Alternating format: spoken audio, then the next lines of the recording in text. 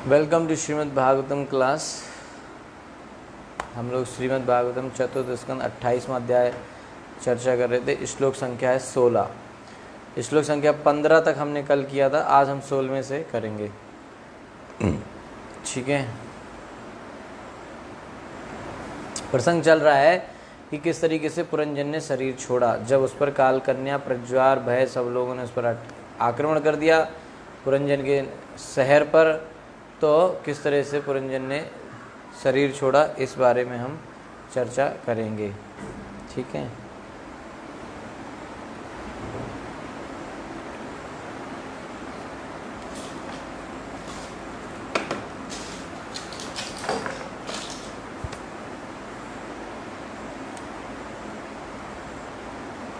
Phone का charger देना उधर ही होगा।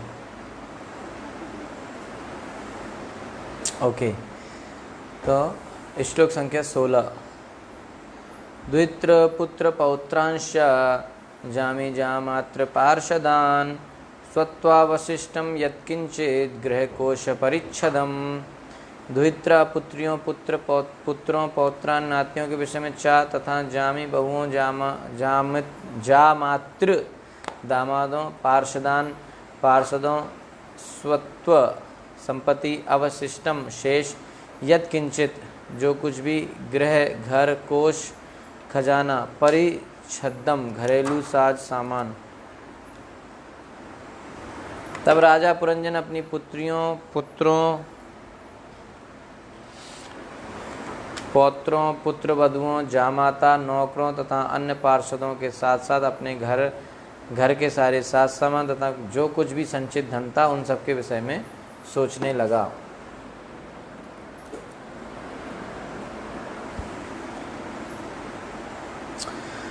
तात्पर्य श्रील प्रभुपाद जी के द्वारा। श्रील प्रभुपाद की जय। प्रायः तो कल हमने देखा था किस तरह से पुरंजन के शहर पर आक्रमण हुआ है, सभी लोग वहाँ दुखी हैं, ये सब बात ठीक है। तुलना क्या है, शरीर पर जब बुढ़ापा का आक्रमण होता है तो बीमारियाँ और सब चीज़ें आ जाती हैं और शरीर का मन बुद्धि सब जो है दुख में आ जाता है, सारी इंद्रियों में कष्ट सब बढ़ जाते हैं। तो प्रायः देखा गया है कि जिन्हें देह से बहुत मोह होता है वे डॉक्टर से कुछ काल के लिए जीवन बढ़ा देने के लिए याचना करते हैं।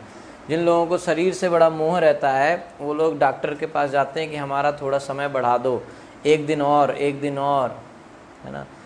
यदि तथाकथित विज्ञानी ऑक्सीजन तथा अन्य औषधियों के बल से रोगी की आयु कुछ मिनटों के लिए बढ़ा देते हैं तो वे इसे महान सफलता मानते हैं, यद्यपि रोगी को अंततः मरना पड़ता है।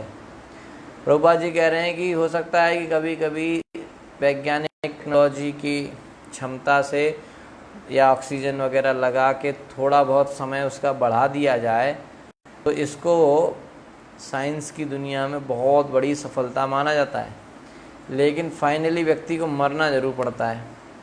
ठीक है, यही जीवन संघर्ष कहलाता है। रोगी तथा डॉक्टर मृत्यु के समय जीवन की अवधि बढ़ाने के विषय में सोचते हैं। रोगी भी सोचता है, डॉक्टर भी सोचता है, जबकि पहले से शरीर के सभी अवयव प्राय हो चुके होते हैं, बॉडी बिल्कुल ख़त्म सी हो चुकी होती है, लेकिन फिर भी डॉक्टर लोग और रोगी लोग सोचते हैं कि थोड़ा और बढ़ जाए। ठीक है, और फिर जिस तरह से यहाँ बताया जा रहा है कि जब इस तरह से मृत्यु बिल्कुल पास आ जाती है तो लोग अपने घर के सामान और जो कुछ उन्होंने पैसा इकट्ठा किया है, धन इकट्ठा किया है, सोचने लगते हैं। ठीक है,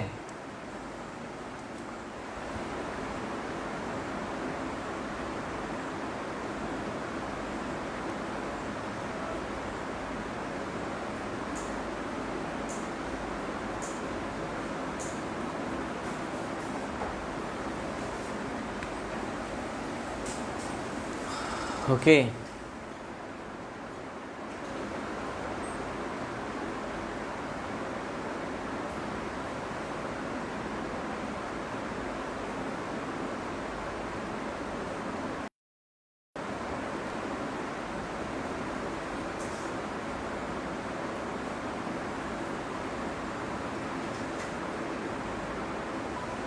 ओके,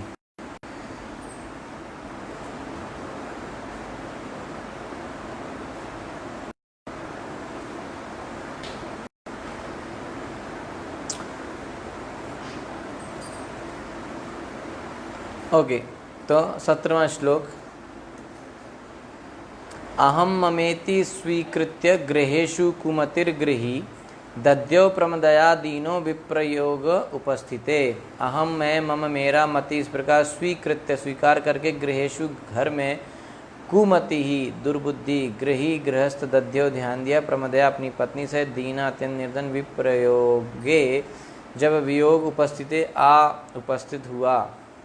राजा पुरंजन अपने परिवार के प्रति तथा मैं और मेरे विचार में अत्यधिक आसक्त था। चूँकि वह अपनी पत्नी के प्रति अत्यधिक मोहित था, इसलिए वह पहले से दीन बन चुका था। वियोग के समय वह अत्यंत दुखी हो गया। अब तो मरने वाला है, तो अब तो दुखी दुख है, तो बहुत ज़्यादा उसको दुख हो रहा है कि मेरा साथ सामान, मेरी पत्नी सब मुझसे छूटने वाले हैं। तो इस श्लोक से स्पष्ट है कि मरते समय भौतिक सुख के विचार कहीं नहीं जाते।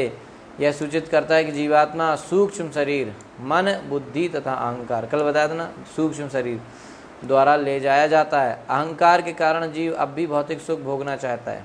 शरीर तो छूट जाता है, लेकिन वो सुख भोगना चाहता है अहंकार की वजह से, और उसको ना भोग पाने से वह दुखी हो जाता है। वह अपने अस्तित्व को बढ़ाने के लिए बौद्धिक योजना बनाता है, और स्थूल शरीर त्यागने पर भी वह सूक्ष्म शरीर द्वारा दूसरे स्थूल शरीर में ले जाया जाता है। ये शरीर छूट जाता है, लेकिन सूक्ष्म शरीर साथ जाता है, और सूक्ष्म शरीर में इच्छाएं रहती हैं, भोग करने की इच्छा रहती है कि नहीं, भोग करने की इच्छा रहती है, और उस इच्छा की वजह से वो अगले शरीर में ले जाया जाता है। इसी तरीके से कई लोगों को जब जो है पूरी उम्र में नहीं, जब तब क्या होता है, पूरी उम्र में अगर वो नहीं मरे तो उनके अंदर जो भोग करने की इच्छा है वो तो रह ही जाएंगी। तो फिर वो लोग भटकते रहते हैं, उनको नया शरीर भी नहीं मिलता, और ये शरीर तो चला गया, तो भटकते रहेंगे। तो वही लोग अब उनके भटकते हैं क्या है कि उनकी इच्छाएं रहती हैं, तो उन इच्छाओं को पूरा करना चाहते हैं।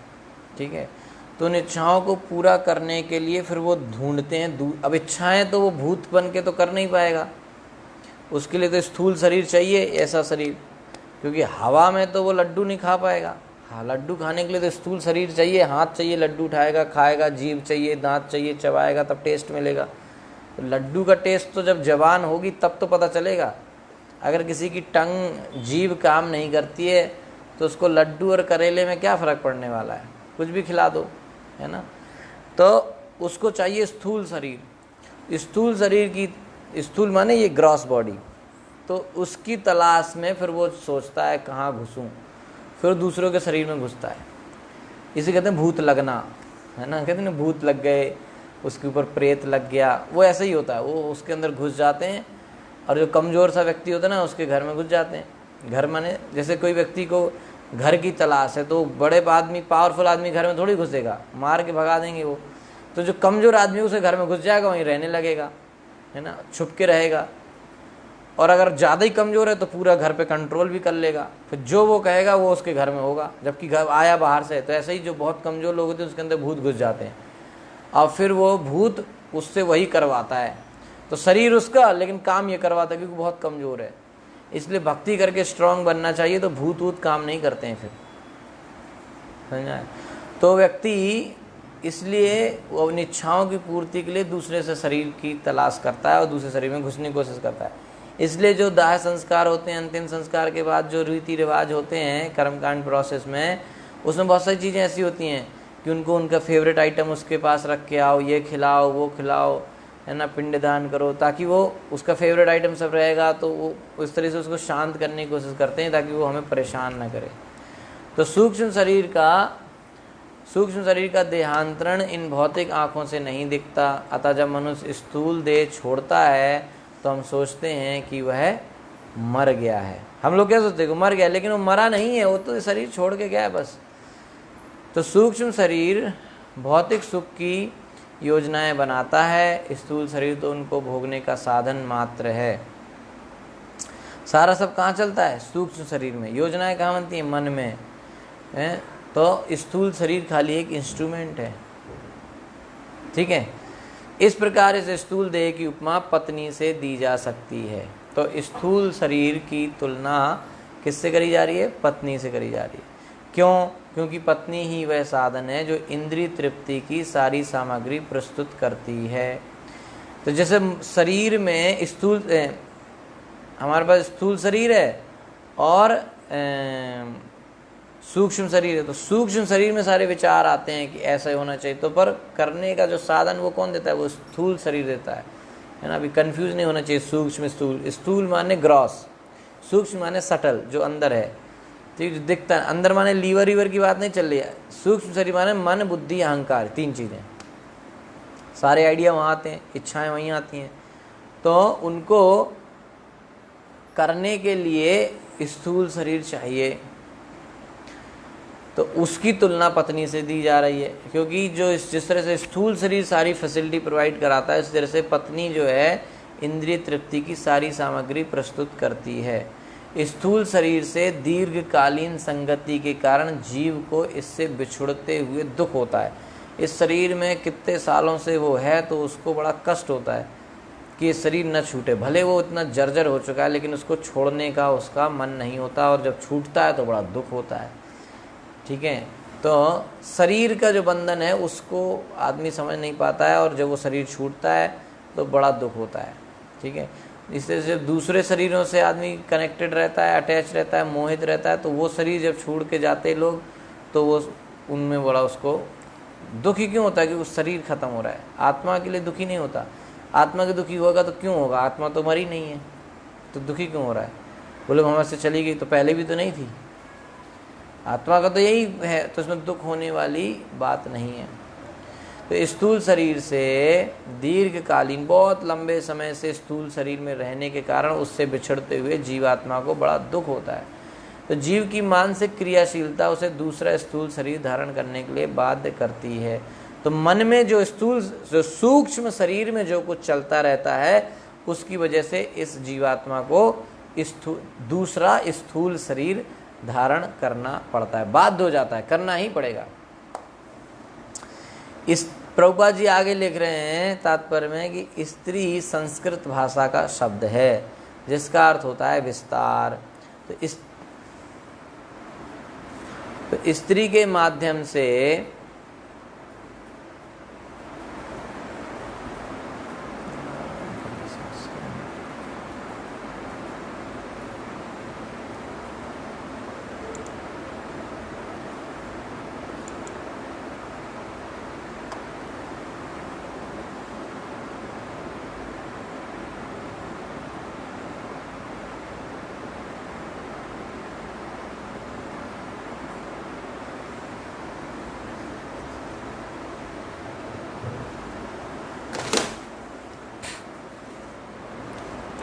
तो सही नहीं चल रहा है काम,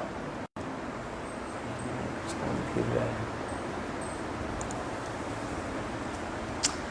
ओके,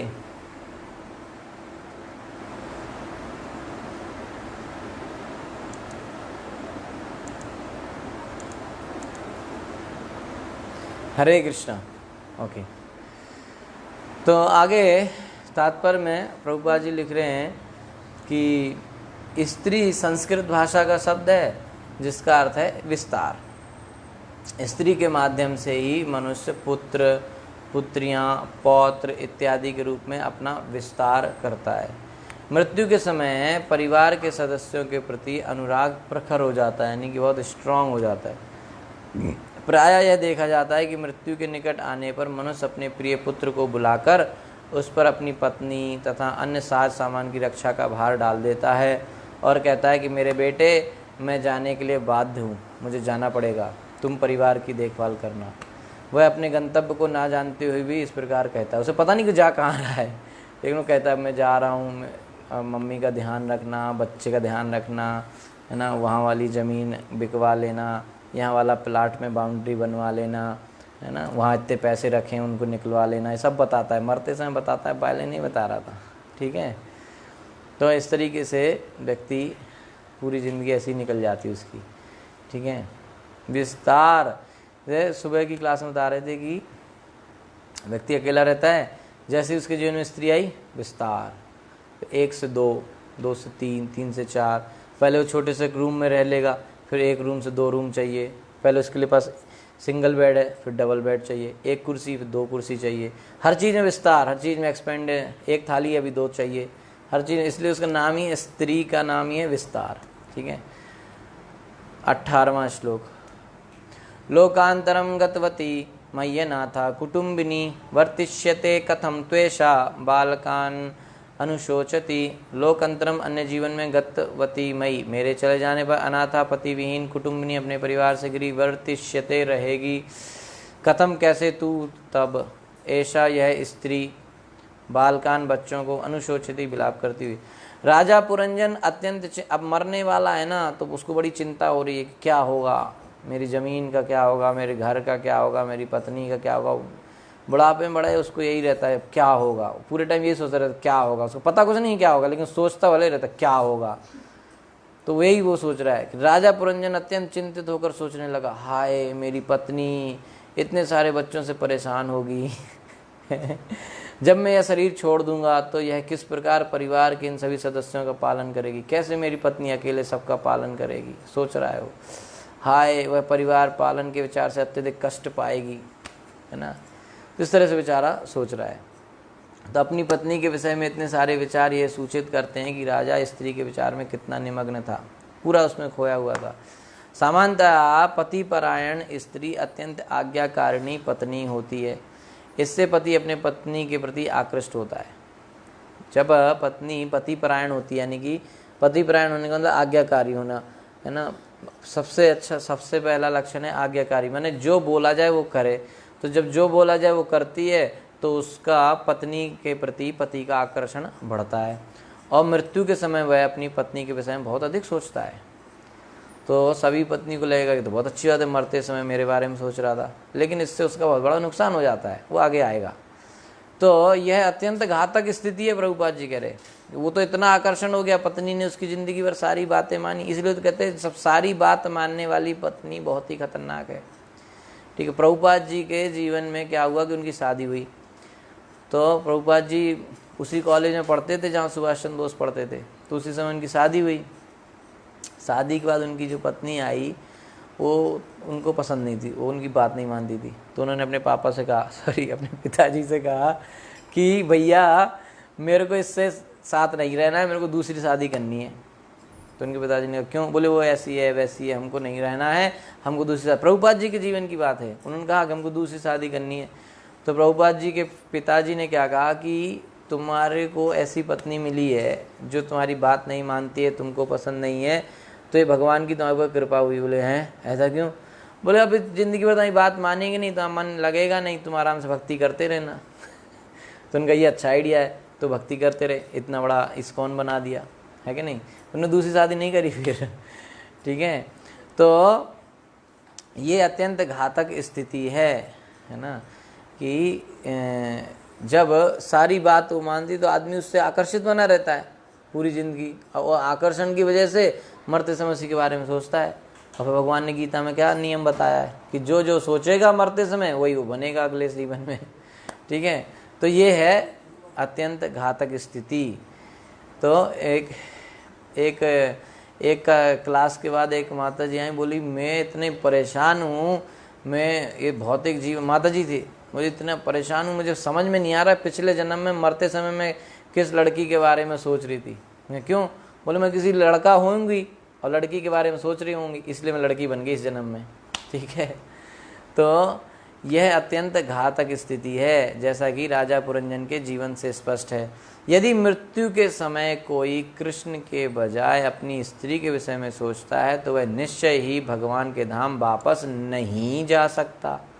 इसलिए तो अगर उसको असली अच्छी बढ़िया आज्ञाकारी पत्नी मिल गई तो पत्नी के बारे में सोचेगा।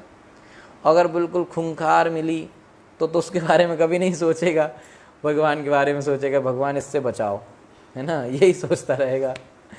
ठीक है। तो वो भगवान के धाम कभी नहीं जा सकता, बल्कि अपितु उसे स्त्री का शरीर धारण करके भौतिक जीवन का नया अध्याय प्रारंभ करना पड़ता है। वो अपनी पत्नी के बारे में आराम से सोचता रहता है, उसी सोच सोचते मर जाता है, अगले जन्म में स्त्री बन जाता है। ठीक है। तो ये है स्थिति। ना मय्य नाशिते भुंगते ना स्नाते सनाति मत्परा मयि रुष्टे सुसंत्रस्ता भर्तसिते यत वाग भयात। ना कभी नहीं मई, जब तक मैं अनाशिते खा नहीं लेता था, भूंगते वह खाती थी। अब उसको याद आ रहा है ना। आपको याद होगा जो पुरंजन की पत्नी जब उठती थी तो वो उठता था, जब वो खाती थी तो वो खाता था। खाने में भी जब वो चबाती थी तब ये चबाता था, है ना। जब वो पानी पीती तो पानी पीता था, हाथ ऊपर करे तो ये भी हाथ ऊपर कर देता, बिल्कुल डमी।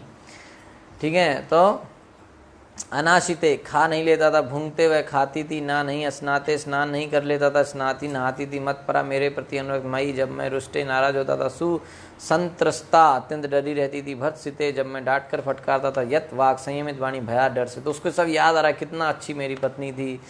अभी मरते समय याद कर रहा है, मरेगा अगले जन्म में। तो राजा पुरंजन अपनी पत्नी के साथ अपने पुराने व्यवहारों को सोचने लगा। उसे याद आया कि उसकी पत्नी जब तक भोजन नहीं करती थी, जब तक वो स्वयं नहीं खा लेता था, अरे वाह, वह तब तक नहीं नहाती थी जब तक वो नहीं नहा लेता था, अरे वाह, और उस पर सदा इतनी अधिक अनुरक्त रहती थी कि यदि वह कभी झिड़क देता था, उसको डांट देता था तो उस और या उस पर नाराज हो जाता था तो वह हमेशा मौन रहकर उसके व्यवहार को सह लेती थी, पलट के जवाब भी नहीं देती थी। अरे वाह, इतनी अच्छी पत्नी मिल गई कि वो अगले जन्म में उसको जो है लड़की बनवा देंगी। तो पत्नी अपने पति के प्रति सदैव विनम्र रहती है। विनम्रता, सदाचार तथा सेवा भाव पत्नी के ऐसे गुण हैं जिससे पति उसके प्रति अत्यंत भावुक रहता है। विनम्रता, सदाचार तथा सेवा भाव।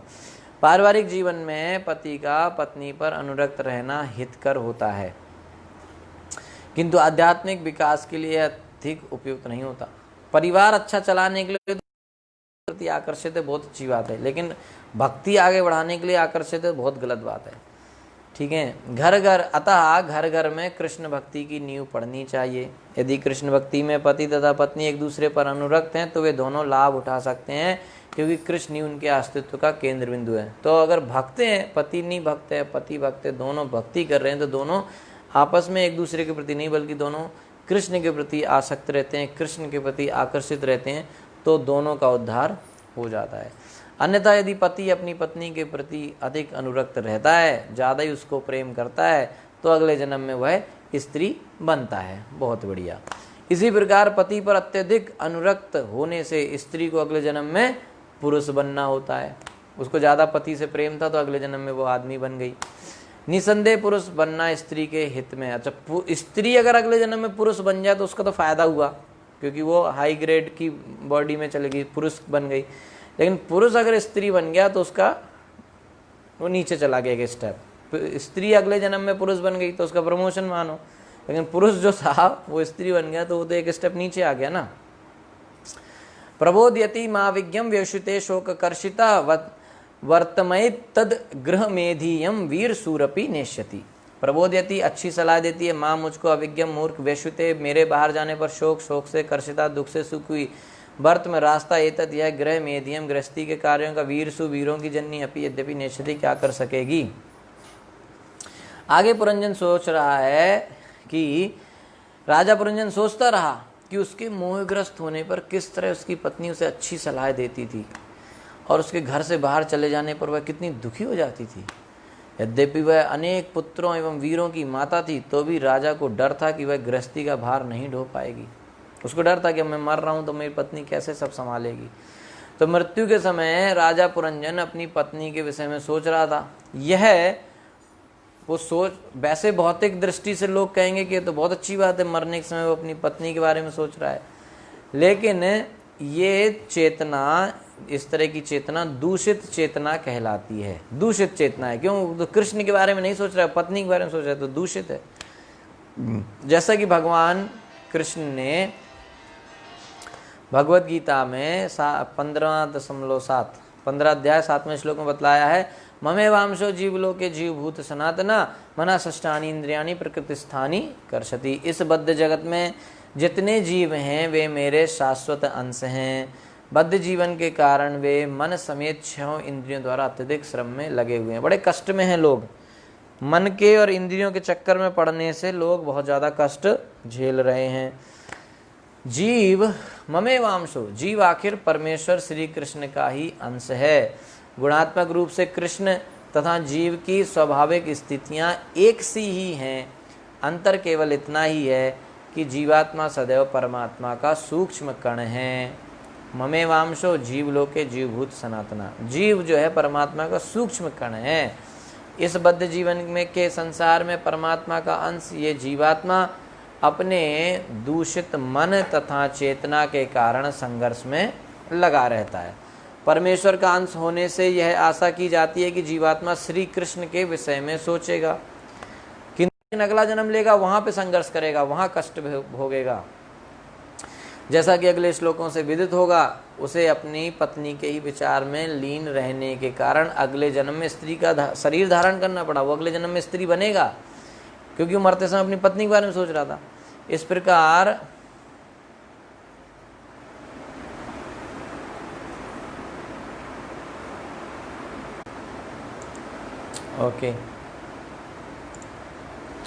इस प्रकार जो है वो मर गया, मरने के बाद उसको अगला जन्म स्त्री का ही मिलने वाला है। ठीक है। इस प्रकार सामाजिक, राजनीतिक, छद्म, धार्मिक, राष्ट्रीय तथा जाति भावों में मन को लीन रखना ही बंधन का कारण है।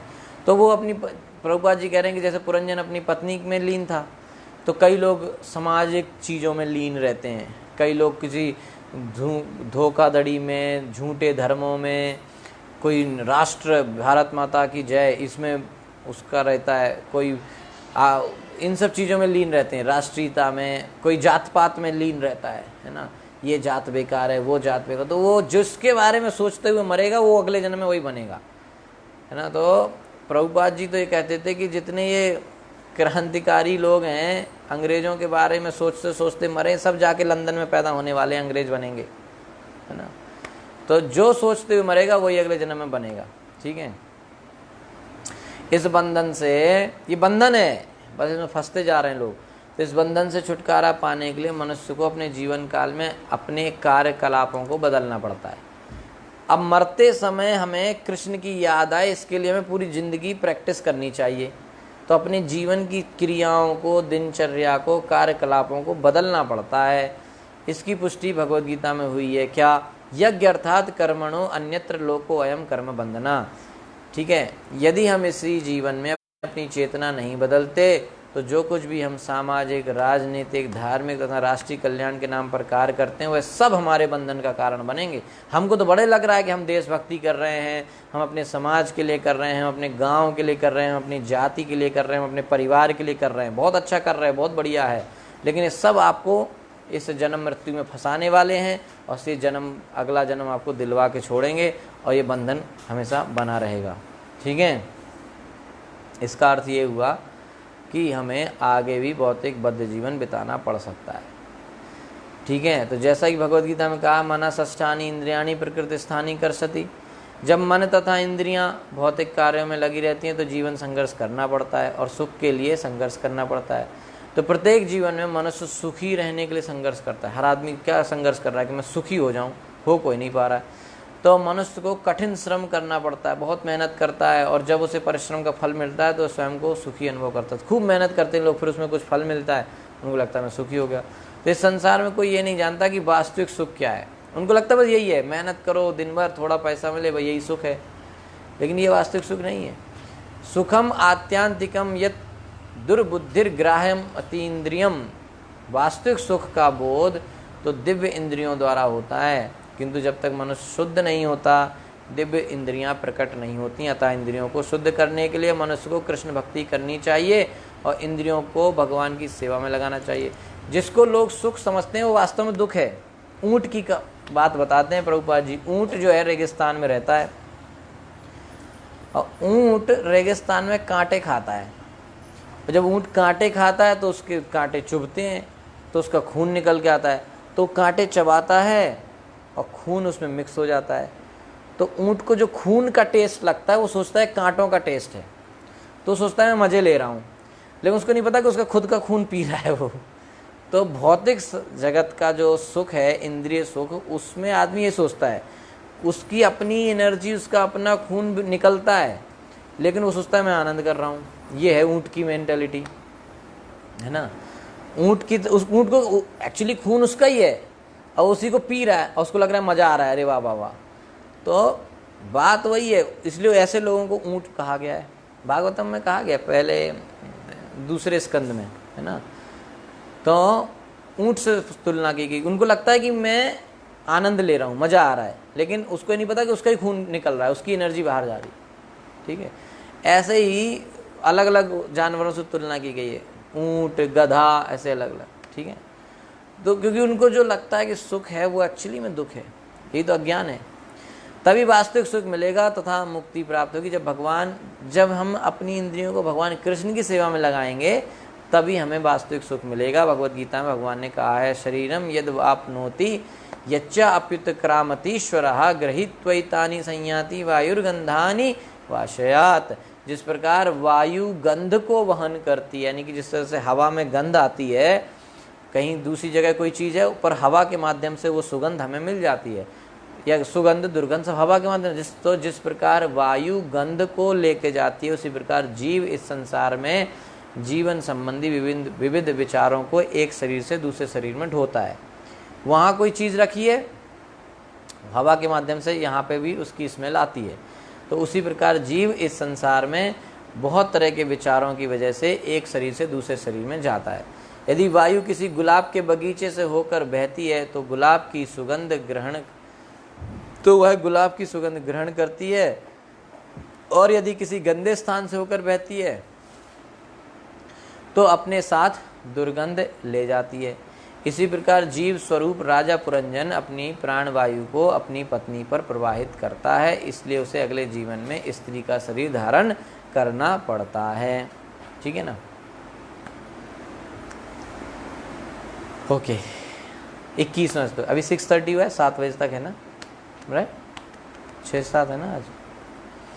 कथम नु दारकादीना दारकीर वा परायणा वर्तिष्यन्ते मयि गते भिन्न नाव इवो दधौ। कथम कैसे नु वस्तुतः दार का पुत्र दीना बेचारे अनाथ दार की पुत्रियों व अथवा अपारायणा जिनका कोई आश्रय नहीं है, वर्तिष्यन्ते रहेंगे मई जब मैं गते संसार से चला जाऊंगा, भिन्न विदीर्ण टूटी नाव इव सद उदधौ सागर। राजा पुरंजन आगे भी चिंतित रहने लगा, उसको और चिंता हो रही है। क्या चिंता हो रही है कि जब मैं इस संसार से चला जाऊंगा तो मेरे ऊपर पूर्णतः आश्रित मेरे पुत्र और तथा पुत्रियां किस प्रकार अपना जीवन निर्वाह करेंगे। उनकी स्थिति जहाज में चढ़े हुए उन यात्रियों के समान है जिनका जहाज सागर के बीच में ही टूट जाता है। वो सोच रहा है मेरे बच्चे कैसे, मेरे पुत्र और पुत्रियां कैसे अपना जीवन चलाएंगे। जैसे जहाज में व्यक्ति जा रहा था समुद्र में और जहाज बीच में टूट गया, तो ऐसे वो लोग भटक गए हैं, क्या होगा उनका, ये वो मरते समय सोच रहा है। तो मृत्यु के समय प्रत्येक जीव को चिंता होती है कि उसकी पत्नी तथा पुत्रों का क्या होगा। इसी प्रकार एक राजनीतिज्ञ भी सोचता है, और ये तो अपने परिवार का था तो उसे अपने परिवार की चिंता है, लेकिन जो राजनीतिज्ञ है वो क्या सोचता है कि उसके मरने पर देश अथवा उसके राजनीतिक दल का क्या होगा, वो ये सोचता है। तो जब कोई पूर्णतः कृष्ण भक्त नहीं होता, उसे अपनी विशेष चेतना के अनुरूप ही अगले जन्म में शरीर धारण करना होता है। सीधी बात है, वो चाहे कुछ सोचे, लेकिन जो सोचेगा उसके हिसाब से अगला जन्म मिलेगा। चाहे वो देश के बारे में चाहे सोचे, चाहे पत्नी के बारे में सोचे, चाहे जाति के बारे में सोचे, चाहे गाँव के बारे में सोचे। तो जब तक कोई पूर्ण कृष्ण भक्त नहीं बनेगा तो उसे अपनी चेतना के हिसाब से मिलेगा। कृष्ण भक्त बन गया तो भगवान के धाम जाएगा। क्योंकि पुरंजन केवल अपनी पत्नी तथा बच्चों के विषय में सोचता है और अपनी पत्नी के ही विचार में अधिक मग्न रहता है, इसलिए उसे अगले जीवन में स्त्री का शरीर धारण करना होगा। इसी प्रकार कोई राजनीतिक या राष्ट्र प्रेमी जो जन्म से ही किसी भूभाग देश से विशेष रूप से अनुरक्त रहता है, वह अपना राजनीतिक जीवन समाप्त करने के बाद अगले जन्म में उसी देश में पुनः जन्म लेगा। कहते ना, अरे मेरी जन्मभूमि है, मेरा जन्म वहाँ हुआ है, वो ज़्यादा उससे चिपका रहता है तो वो अगले जन्म में भी वहीं पैदा होगा।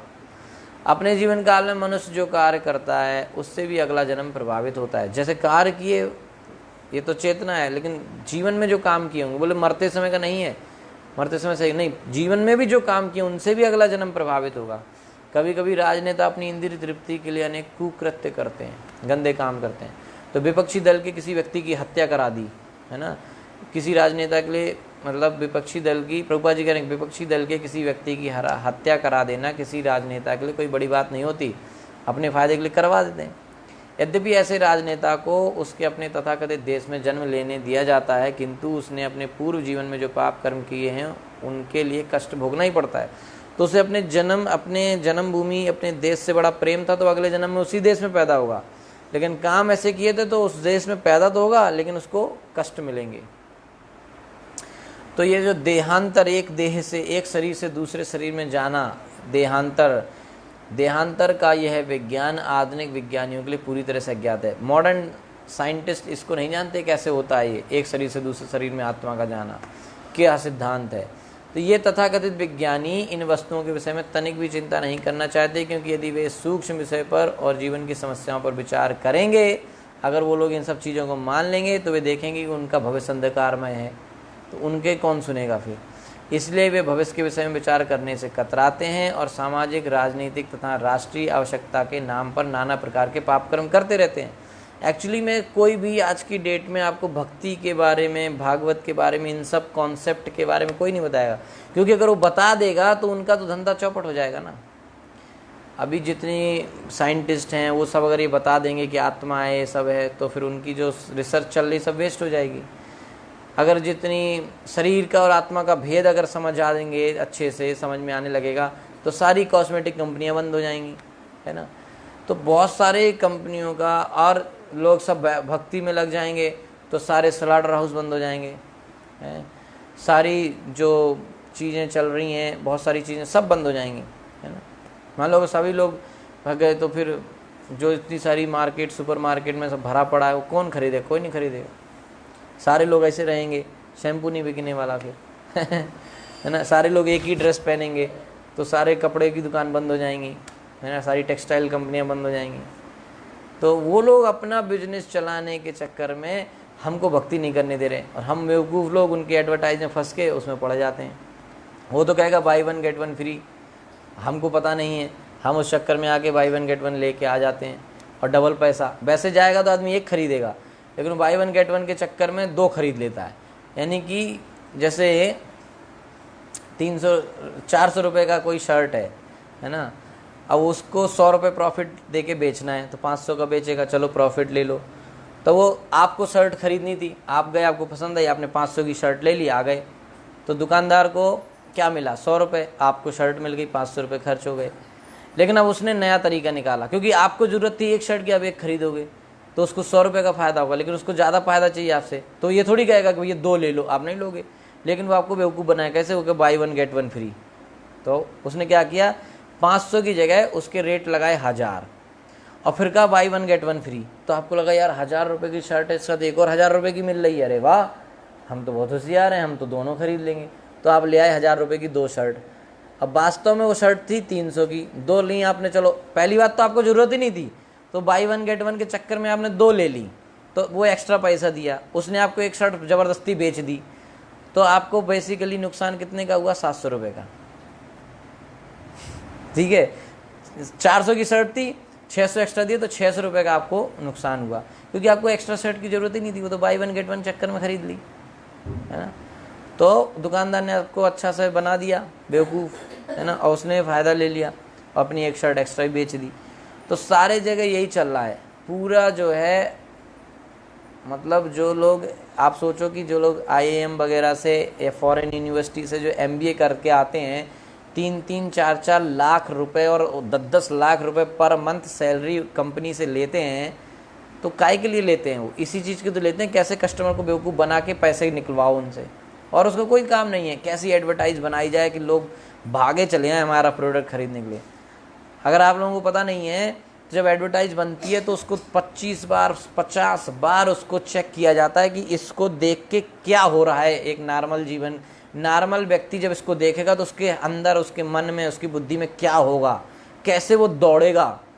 ऐसे एक एक लाइन, एक एक सेंटेंस जो पोस्टर बनता है, उसमें एक एक चीज़ को 10-10 लोग मिल के क्रिएट करते हैं। तो इतनी बड़ी बुद्धि लगाते हैं ताकि हम बेवकूफ़ बने, और उसको, है ना, वो आता नहीं है न्यू लक्स, तो आप जाके पूछो उससे इसमें न्यू लक्स क्या है। वो एक्चुअली में कुछ नहीं है, कलर चेंज कर दिया, रैपर चेंज कर दिया, बना दिया न्यू लक्स, तो आप नया समझ के उसको खरीद लेते हैं। ठीक है, अंदर सब एक ही चीज़ है।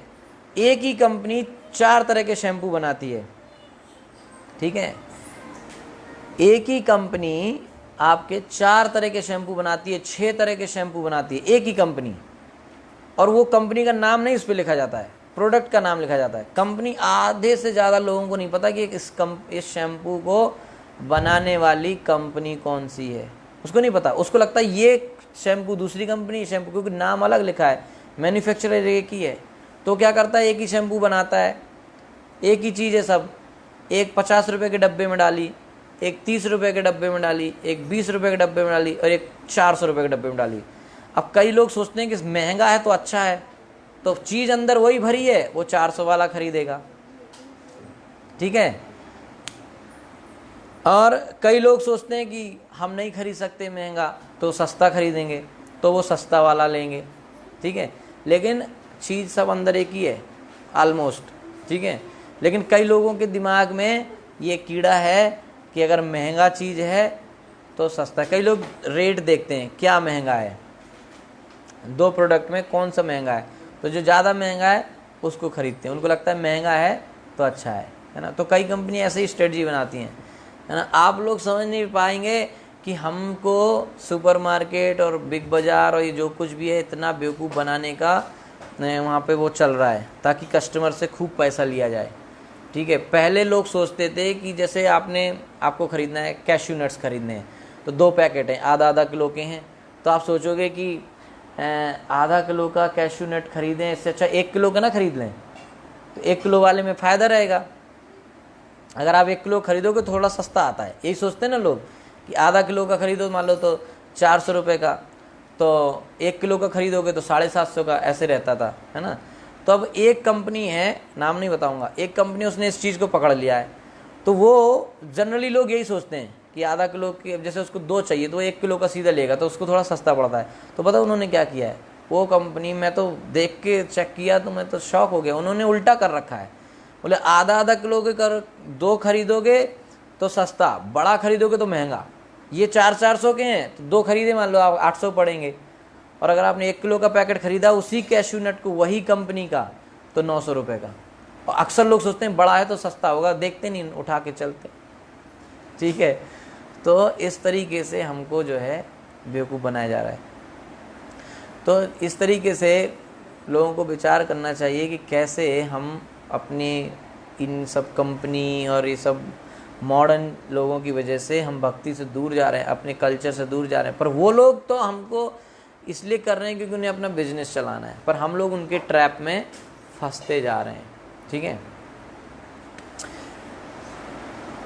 ओके, 22वां श्लोक। एवं कृपणया बुद्ध्या शोचन्तम् अदर्हणं गृहीतुं कृतधीरेनं भयनाम अभ्यपद्यत।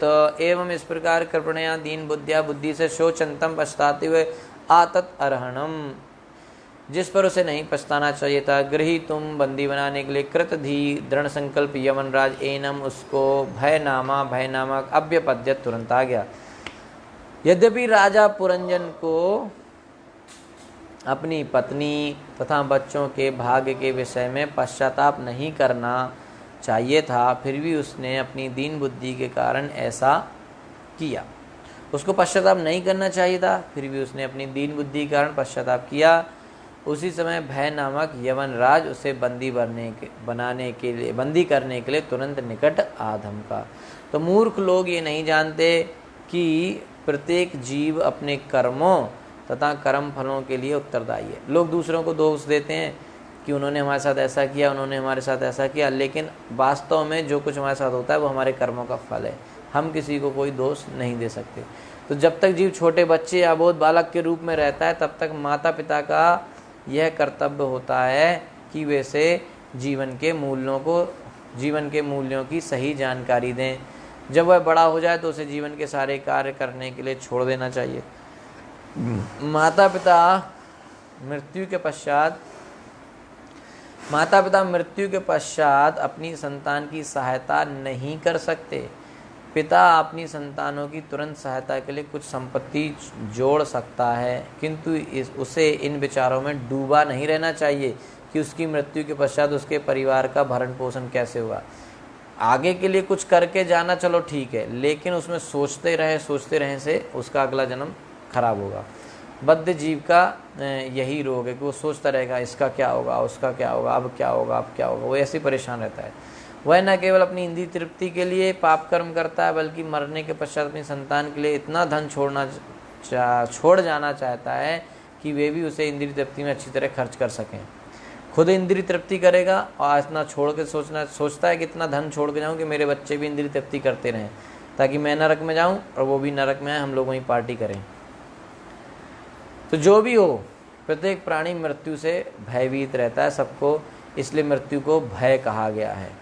यद्यपि राजा पुरंजन अपनी पत्नी तथा संतान के विषय में सोचने में लगा हुआ था, किंतु मृत्यु ने इसकी प्रतीक्षा नहीं की कि भैया आप सोच लो, थोड़ा शांत हो जाओ। नहीं, मृत्यु किसी मनुष्य की प्रतीक्षा नहीं करती, वह अपना कार्य तुरंत निपटाती है।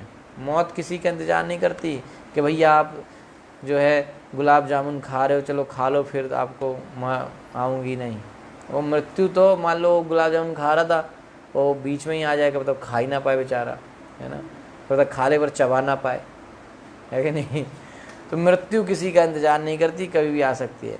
क्योंकि मृत्यु बिना किसी हिचक के जीव को अपने साथ ले जाती है, अतः नास्तिकों के लिए चरम ईश्वर साक्षात्कार है। तो कहते हैं कि जो नास्तिक है, नास्तिक माने जो भगवान में नहीं मानता, उनके लिए मृत्यु बन के भगवान आते हैं। अब तो मानेगा, मौत बन के आ जाते हैं तो उसे मानना पड़ता है, ठीक है। मृत्यु कभी भी संकोच नहीं करती कि अरे भैया आप बड़े भाई साहब हैं, आप तो इतने बड़े राजा थे, अब मैं आपको थोड़ा, तो कुछ नहीं, बड़े इतना पुरंजन कितना बड़ा राजा था, लेकिन मृत्यु आ गई। तो जो भगवान गीता में भी कहते हैं कि जो लोग भगवान को नहीं मानते, उनके लिए मैं मृत्यु बन के आता हूँ और सब कुछ छीन के लेके जाता हूँ। तो जो ईश चेतना को भुलाकर मात्र अपने देश, जो भगवान को भक्ति नहीं करते, अपना देश, समाज, रिश्तेदारों के बारे में ही सोचते रहते हैं और अपना जीवन बर्बाद करते रहते हैं, उन लोगों के साथ ऐसा ही होता है, ठीक है। तो जो ईश चेतना को भुलाकर मात्र अपने देश, समाज और रिश्तेदारों के बारे में ही सोचते हुए जीवन बर्बाद करते रहते हैं लोग। इस श्लोक में अतद अरणम अत्यंत सार्थक है, क्योंकि इसका अर्थ है कि मनुष्य को अपने परिवार के सदस्यों, देशवासियों, समाज के कल्याण कार्यों में अत्यधिक व्यस्त नहीं होना चाहिए। इससे मनुष्य का आध्यात्मिक विकास नहीं होता है ना। ज़्यादा उसमें नहीं घुसना चाहिए, मेरा समाज, मेरा देश, मेरा गांव, उसमें ज़्यादा घुसेगा तो भक्ति नहीं कर पाएगा, ठीक है। इससे मनुष्य का आध्यात्मिक विकास नहीं होता। दुर्भाग्यवश आज के समाज में तथाकथित शिक्षित व्यक्तियों को आध्यात्मिक उन्नति के विषय में कोई ज्ञान नहीं है। पढ़े लिखे तो हैं, भक्ति के बारे में उनको कुछ नहीं जानते। यद्यपि मनुष्य जीवन पाकर उन्हें आध्यात्मिक उन्नति करने का अवसर मिलता है, मनुष्य का जीवन तो मिला है, भक्ति कर सकते हैं, लेकिन वो किंतु वे कृपण बने रहते हैं। कृपण माने कंजूस ही बने रहते हैं। कंजूस माने उसको मनुष्य का शरीर मिला, उसने उसको भक्ति में लगाया नहीं, तो कंजूस है। तो वे अपने संबंधियों, देशवासियों, समाज इत्यादि के विषय में ही सोच कर अपने जीवन को अनुचित ढंग से उपयोग में लाकर इसे बर्बाद करते रहते। वो पूरी ज़िंदगी भर यही सोचते रहता है, मेरा देश, मेरा गांव, मेरा समाज, मेरा परिवार, मेरे रिश्तेदार, वो यही सब जो है सोच के जो है अपना जीवन बर्बाद कर लेते। तो मनुष्य का वास्तविक कर्तव्य है कि वह मृत्यु पर विजय पाना सीखे। कल हमने बताया था ना, आर्ट ऑफ लिविंग, है ना, विक्ट्री ओवर डेथ। तो उसका मनुष्य का कर्तव्य क्या है कि वो ये सीखे कैसे वो इस जन्म मृत्यु से बाहर निकले। तो भगवान श्री कृष्ण ने भगवद गीता में मृत्यु को जीतने की विधि बताई है। जन्म कर्म च मे दिव्यम एवं यो वेत्ति तत्वता त्यक्त्वा देहम पुनर्जन्म नैति मामेति सो अर्जुना। हे अर्जुन, जो मेरे प्राकट्य तथा कर्मों की दिव्य प्रकृति को भली भांति जानता है, वह शरीर त्यागने के बाद इस जगत में पुनः जन्म नहीं लेता, बल्कि वह मेरे शाश्वत धाम को प्राप्त होता है। ये भगवान ने बताया है कि जो मेरे जन्म और कर्म को जान जाएगा, उसको पुनः जन्म नहीं लेना पड़ेगा, वो मेरे धाम जाएगा। तो जो पूर्ण रूप से कृष्ण भावना भावित होता है, वह इस शरीर को त्यागने के बाद दूसरा शरीर धारण नहीं करता, बल्कि भगवान के धाम वापस जाता है। प्रत्येक व्यक्ति को यह सिद्धि प्राप्त करने का प्रयास करना चाहिए। कौन सा? कि वो भगवान के धाम जा सके। दुर्भाग्यवश ऐसा ना करके लोग समाज, मित्रता, प्यार तथा संबंधियों के विचार में मग्न रहते हैं लोग इसी में गांव देहात, अपना गांव, मेरा समाज, मेरी जाति, मेरे रिश्तेदार, इसी में पूरा जीवन में वो लगे रहते हैं। किंतु यह कृष्ण भावनामृत आंदोलन सारे विश्व के लोगों को मृत्यु को जीतने की शिक्षा दे रहा है। इस्कॉन में वो सिखाते कैसे मृत्यु को विजय पाएं, मृत्यु के ऊपर विजय पाएं। जैसे ध्रुव महाराज ने मृत्यु के ऊपर विजय प्राप्त की, मृत्यु के ऊपर पैर रख के बैकुंठ के विमान में बैठ के भगवान के धाम को चले गए, तो उन्होंने मृत्यु पर विजय प्राप्त किया। तो इस्कॉन कृष्ण भावनामृत आंदोलन प्रभुपाद जी द्वारा इसीलिए बनाया गया है। हरिम बिना न श्रुतिम तरंती, भगवान की शरण ग्रहण किए बिना कोई मृत्यु पर विजय प्राप्त नहीं कर सकता। हरिम बिना न श्रुतिम तरंती।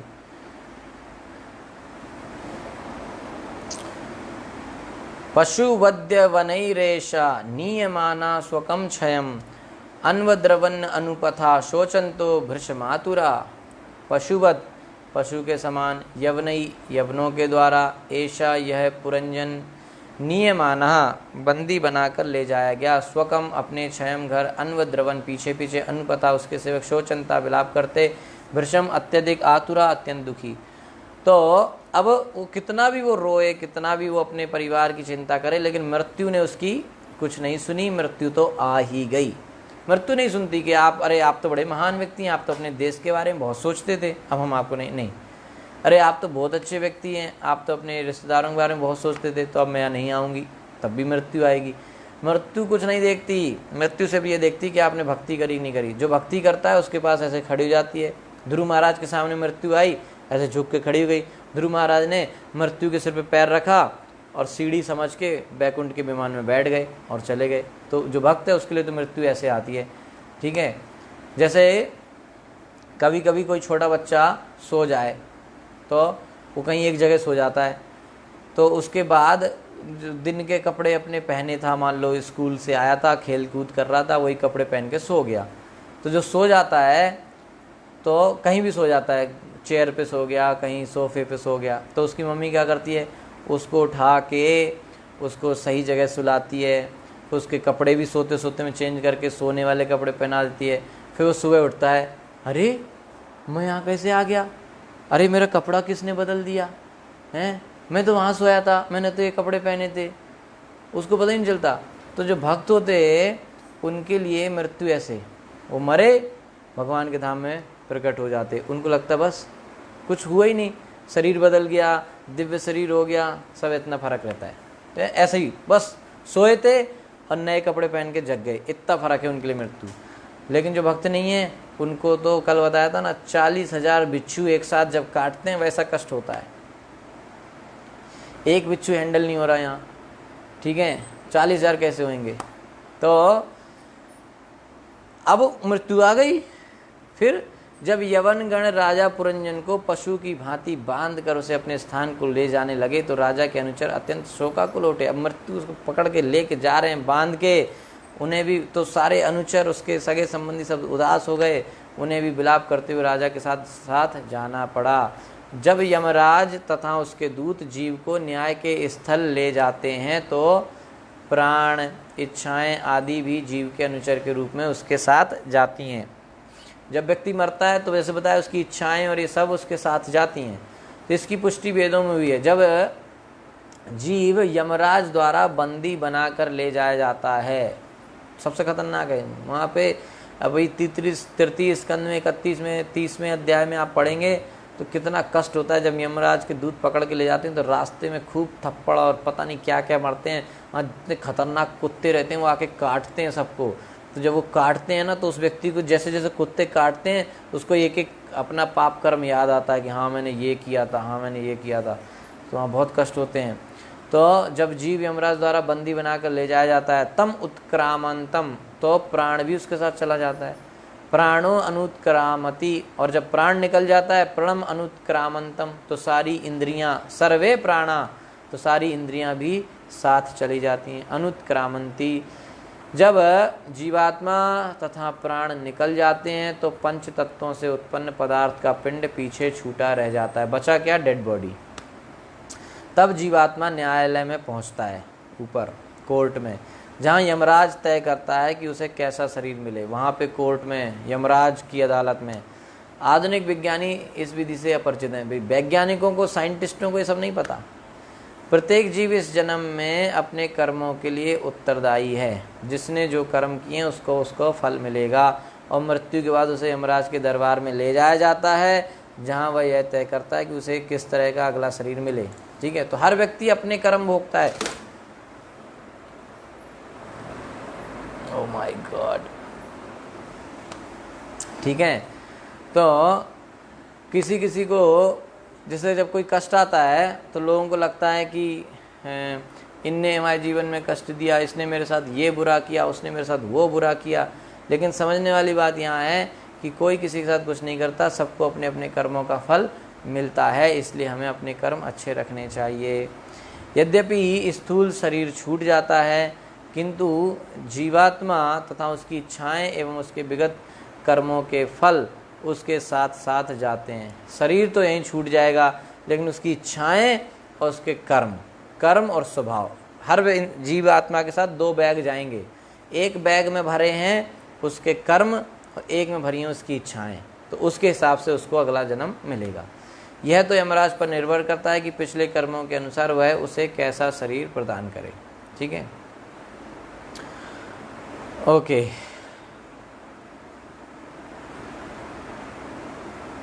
ओके, तो 23 श्लोक तक हमने आज किया। 24 श्लोक से हम कल करेंगे। 24 से 27 तक ये सेक्शन है मृत्यु वाला, जिसमें शरीर छोड़ा जा रहा है, तो इसको हम कल करेंगे।